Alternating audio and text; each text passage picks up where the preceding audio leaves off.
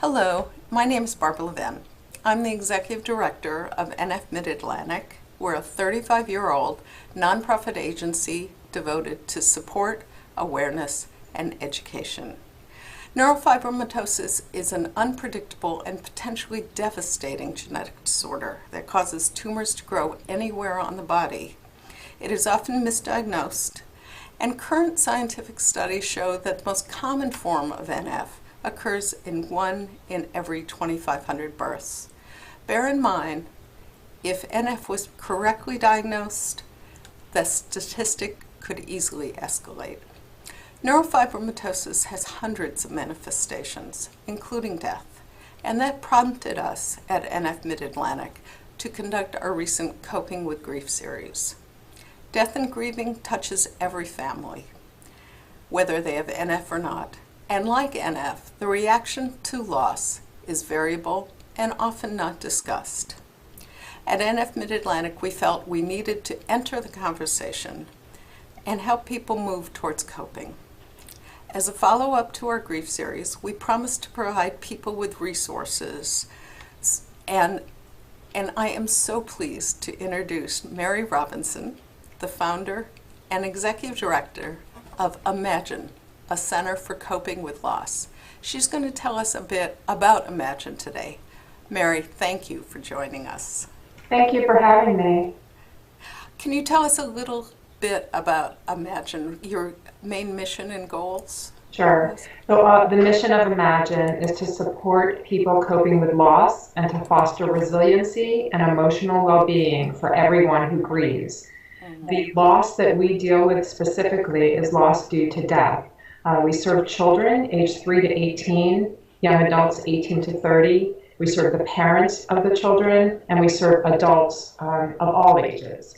So our focus is primarily children who've had a parent or sibling die. It's a family-based model, and we use peer support. So it's not counseling or therapy, it's peer support groups. Children meet with other children their same age, and they learn that they're not alone. They learn how they develop coping skills. They become more resilient, and they get to share their story, talk about the person who died. They get to have all their feelings. So it's a very safe, supportive community, really, for children to be with other children who have gone through something similar. We are going to expand in the coming year to include support for families coping with illness, terminal illness, chronic illness, or any other life-altering condition, which was why we were so interested in coming to your workshop and learning more about NF and how we can best support families who are coping with illness, children and adults. Oh, yes. A mammoth feat, certainly. Yeah. Mary, can you tell me where are you located, and can our people access your program? Sure. So we are located in Westfield, New Jersey. So that's Union County. And families come from, currently we have families coming from about 35 different towns throughout New Jersey, most of them in Union County, but also in counties outside of that. You know, our program is free. It's open to everyone. So as long as they can get here, they can participate. But a good thing to know is that we are based on a 30-year-old model. So this type of program, this peer support model for children who are grieving, first started in Portland, Oregon at the Dougy Center.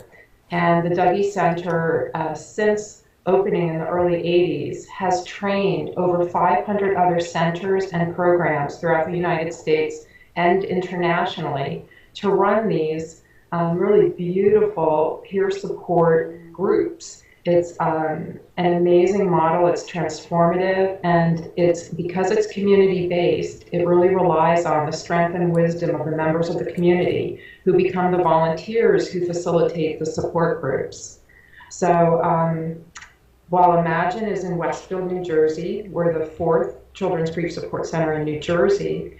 So there's other support centers just like us, and there are centers around the country.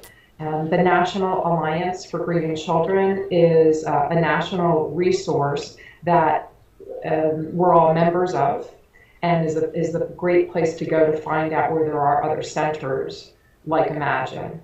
Not all of them provide support for families coping with illness, but quite a number of them do. Hopefully, we'll continue to add that element to other centers. Probably 80% of the children and families who come to us come after someone has been ill.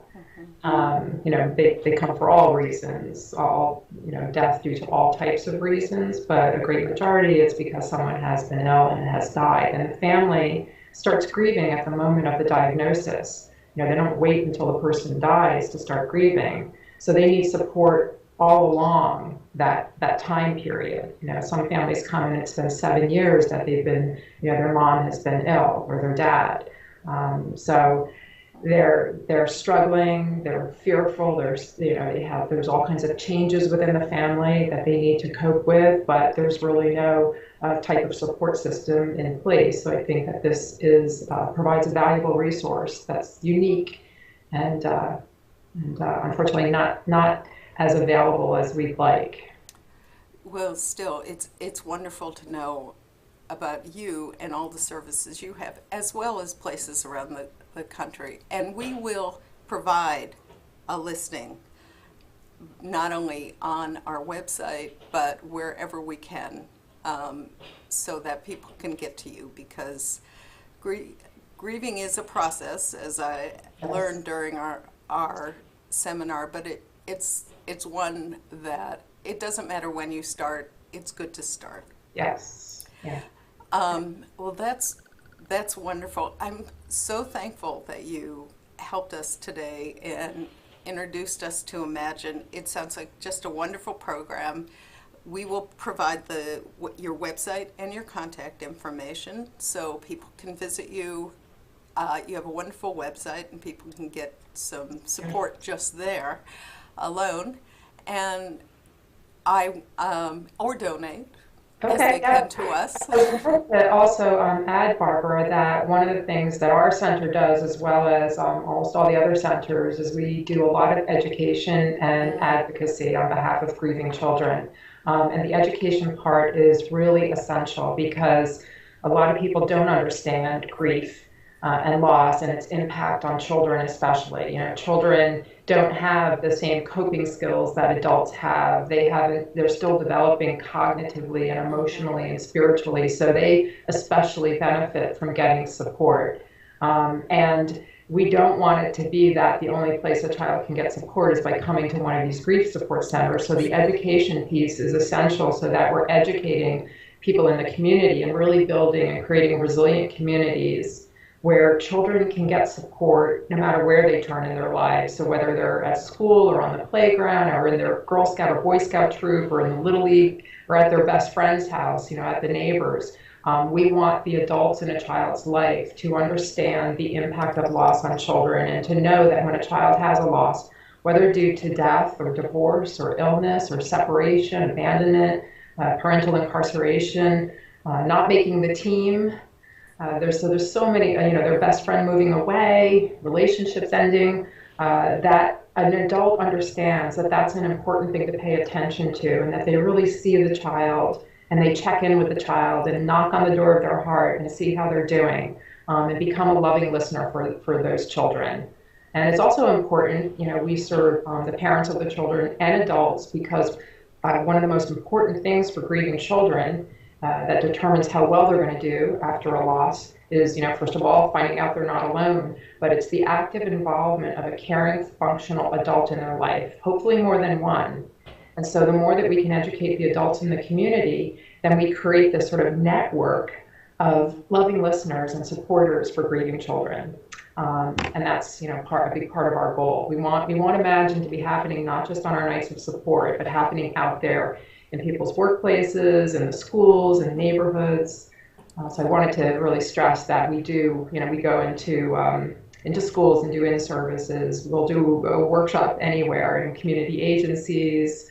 So education's a big part of it. Oh, that's wonderful. And I think you said one of the most vital things, that nobody should go through this alone. Yeah. Thank you. This has been terrific. I think it will be helpful if not now, in the future for our people, because, as you said, everyone goes through grief. It is variable. It does change with the circumstances, and it's so good to know that someone is dealing with adults and children. Yes. So we appreciate it so much. We also want to mention that at NF Mid-Atlantic, we also provide patient support advocates, and these are people who are peer support. They share a diagnosis, and they're available to share feelings. They don't give medical advice, that's verboten, but they're sympathetic ears. And if anyone feels they need that, they can contact us. Also, if you couldn't join us for our Coping with Grief series, which Mary alluded to and I alluded to, you can contact us about that. That's still available. Well, thank you, all of you, for viewing this, and a final wonderful thank you to you, Mary Robinson, and to all of your wonderful work at Imagine. Thank you so much. Thank you, Barbara, and thanks for all that you do. Thanks for having us on. Thank you.